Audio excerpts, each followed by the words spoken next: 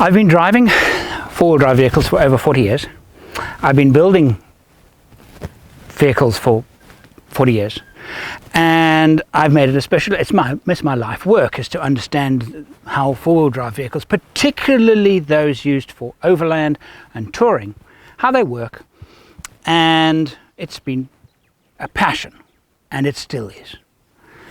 Of all of the things that encompass this thing called overlanding, touring, and four-wheel drive, there is one particular part of it that I consider myself an expert.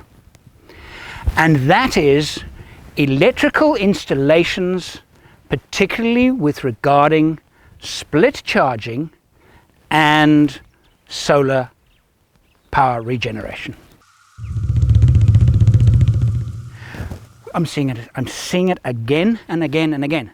People that should know this don't know it, or they don't fully appreciate it, which is probably more accurate. All right, I'm going to talk about car electricals. We've got an alternator creating electrical current to a battery. What is key is that the way the alternator delivers the electrical current is matched to a lead acid high cyclic battery, or also called a cold start battery. High cyclic battery means the battery is never fully charged, because the moment you turn off the engine, there are other systems in the car that are drawing current instantly. They're never at a static state of charge. The charge is going up and down and up and down and up. High cyclic means it's like this. You start the car, big amount of current. Now, cold starting means that a big amount of current, a great big starter engine, a big diesel engine, suddenly just sucks 100 amps. Bang! 100 amps gets sucked from the battery, and the battery delivers it happily. It's designed to deliver it, and it goes boom, there it is, and the starter motor cranks. That's why car batteries are so good at winching, because a winch can take 400 to 500 amps. And guess what? These cold start batteries are wonderful at delivering lots of current really fast. That they call it a cold start. It can just throw current and when it's needed. That's what they're designed for. So you've got a battery that's designed to be charged by the alternator, and the alternator is designed to charge the battery. They work. Now, in this particular system, in this car, there's a deep cycle battery attached via a relay to it. So what the relay does, it connects the battery, this battery, to that battery. Now you've got two batteries in parallel, okay? As if it was one battery. And all of the relay is doing is turning it off, disconnecting the battery when the engine is switched off. It's so that you don't inadvertently take the current out of the battery that you're going to need to start the engine. Right, that's what a solenoid does. That's all it does. So this alternator, that's not the alternator's down there, that's the power steering pump. This alternator now is designed to charge a high cyclic battery, but you've attached a deep cycle battery. The alternator and the deep cycle battery are not matched. That's not designed to charge that. It will charge it, but it won't charge it well, because it's not designed to charge it well. Okay, this is a rant. I accept that, but I see this so often, and I see mistake. Anyway, okay, so that alternator, that charging system, is now trying to charge that battery and that battery, two different types of battery, parallel. It's not going to work. Well, it is going to work. It's going to work badly, because the alternator has a voltage sensing device. In other words, when the voltage reaches a certain peak on the battery, it stops charging. So now you attach a battery. Now let's situation like this. We're parked, and the current from the fridge and things like that are coming from that battery only, second battery only, not the first battery. So this battery is staying reasonably constant, and that battery is being discharged. Now you start the engine. What does the alternator think? The alternator sees this battery so it doesn't charge it much. What it really needs to do is to charge that battery, which has got a low state of charge. But the alternator doesn't know it's got a low state of charge. It thinks it's got a higher state of charge than it actually has. Because you link the two batteries, the overall voltage doesn't go to that battery. It goes somewhere between the main battery and the auxiliary battery. So the alternator thinks, you don't need much of a charge because your voltage is quite good. So what happens is the auxiliary battery doesn't get any current, or it gets some, but not very much. To help us understand this, I've made a small drawing. There is the car batteries. These are like tubs of water. There's the car battery, there's the auxiliary battery, and there's the alternator with a nice big fat pipe and water, or in our case electricity, pouring into the car battery. Now between the alternator and here, there's a little sensor, okay? Clever little device that tells the alternator how things are doing. So in order to not overcharge, so there's no spillage. So the car battery is full, and it likes to keep it full all of the time. Now, the solenoid switches is here, between a small pipe, between this battery and that battery. And the reason why I say it's a small pipe is that it's cabling. It's not a great big pipe. When you connect the auxiliary battery directly to the car battery, they do not instantly equalize. Okay, so let's imagine our auxiliary battery is nice and healthy. Okay, that's a nice small pipe. It does the job quite well. But we've now run our fridge overnight, and in the morning, our auxiliary battery is in a poor state of charge. You start the engine, it opens up the solenoid. This doesn't change. So you get a trickle of current into this battery because the alternator is still reading this battery, which is full. It takes so long to fill up this battery with this system, and that is why it's so inefficient. But imagine now a proper DC to DC charging system that is matched to the auxiliary battery. It has its own pipe with a sensor. That's why it works so well. Deep cycle batteries require a different charging profile than high cyclic batteries. In this system, the only way to make this system work is to put high cyclic batteries in that application and know that after 2 or 3 years you would have killed the battery because you would have cycled it more than it's designed for. In other words, you'll run it with a fridge and you'll flatten it. Any battery that's flattened a lot, I won't say any battery, lead acid type batteries, when they are flattened a lot, it does reduce their overall life. That's a given. Deep cycle batteries, it reduces the life less than high cyclic batteries. But in a situation like this, that battery, that deep cycle battery, I could drive from here to Cairo and it will never, ever get 100% charge. It can't, because this battery will take precedent because of the nature of the battery. A high cyclic battery is far more willing to absorb current than a deep cycle battery by the nature of its design. Okay, a high cyclic battery is perfect for dumping current and accepting current. It's fantastic at it. The trouble is with it, if you do it a lot, it kills the battery. Whereas a deep cycle battery, if you charge it correctly and then discharge it and then charge it correctly, it'll live on for much longer than a high cyclic battery and survive more of that because it's designed to. But in a system where you have an alternator trying to charge a deep cycle battery, the alternator is saying to the deep cycle battery, here's my current. Not all of it, because it's being measured by this, so it's not giving the current that it actually needs, but it will give some. The deep cycle battery, when it gets to about 11 volts, 11.5 volts, it starts to become incredibly inefficient when it comes to absorbing current. So, for a typical example like this, you will stop the car and overnight go run the fridges and everything, and then the next day go for a short game drive, thinking that the alternator will charge the battery. It won't, because it will primarily charge this battery.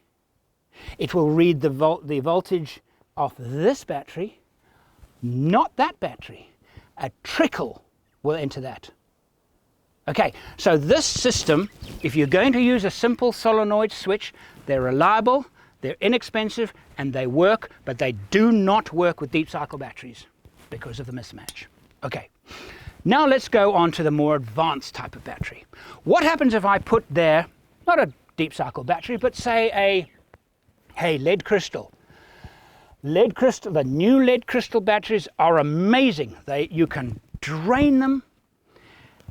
For example, they do a 76 amp, I think it is, battery, lead crystal.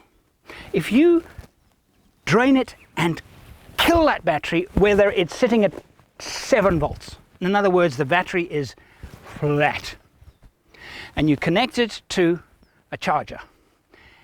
The amazing part about it is they will just suck current. It's a new technology batteries.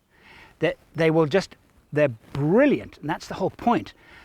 A deep cycle battery or an auxiliary battery is only as good as not how much current can it accept, but how much current will it accept. There's a vast difference. It will only accept the current if delivered in the right form. In other words, a deep cycle battery such as that, in a configuration like this, will never get a full charge. However, if you had a separate module designed for deep cycle batteries, in other words, matched to the deep cycle charging profile, what it will do is it will, like this, disconnect it from the main battery. So in other words, you won't accidentally drain your main battery. It will then, when you start your engine, tell the alternator to charge that battery as well. And what it'll do, it'll actually pulse the voltage up, because deep cycle batteries, when they get into a very, very low state of charge, you've actually got a fire pulse high voltage. It's, in other words, to say, hey, wake up. Because if it's low state of charge, it's saying, I don't want the volt. Nah. The little that it's getting, most of it is saying, I can't accept it. I can't accept it. And it doesn't go into the battery. It's fed to the battery, but it doesn't go into the battery. Whereas a proper modulated system, a system that is matched, will actually read the voltage, not of this battery. It'll read the voltage of that battery, the battery that needs the current, and say, okay, you need a bit of work here because you're sitting at a pretty low voltage. I'll have to wake you up. They're designed for it. And then they pulse high voltage until that battery starts saying, oh, okay. And it starts accepting the current that is delivered to it. Also, the module is not interested in the voltage of this battery. It's interested in the voltage coming out of the alternator. So it will fairly share it. So not only do you get more current going to that battery, you get it in the right way. Right, you get it at the right voltage so that battery will accept it. All right, so if you're going to go for lithium, if you attach the lithium to this, you would have exactly the same problem. Probably not as bad, because lithium batteries and lead crystal batteries, modern technology batteries, are far more willing to accept current than lead acid deep cycle batteries, that are actually very stubborn. When they get to a low voltage, in other words, a state of discharge below, say, 50%, they're very stubborn.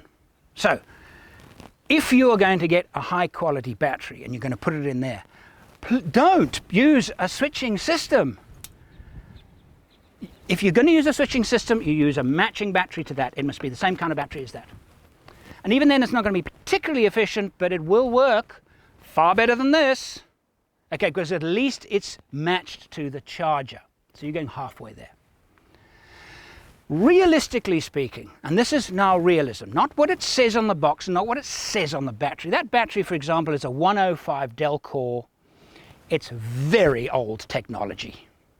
It's 20 years old, and they haven't changed it. That is an old battery type, okay? It's a 105 amp. What So you think, okay, I've got 105 amp per hour to work with. No, you do not. Especially with a switching system. With a switching system, you've probably got, realistically speaking, 40 amp per hour. You've probably got a 40 amp per hour battery. In other words, 40 amps, which you can actually draw and get and actually use.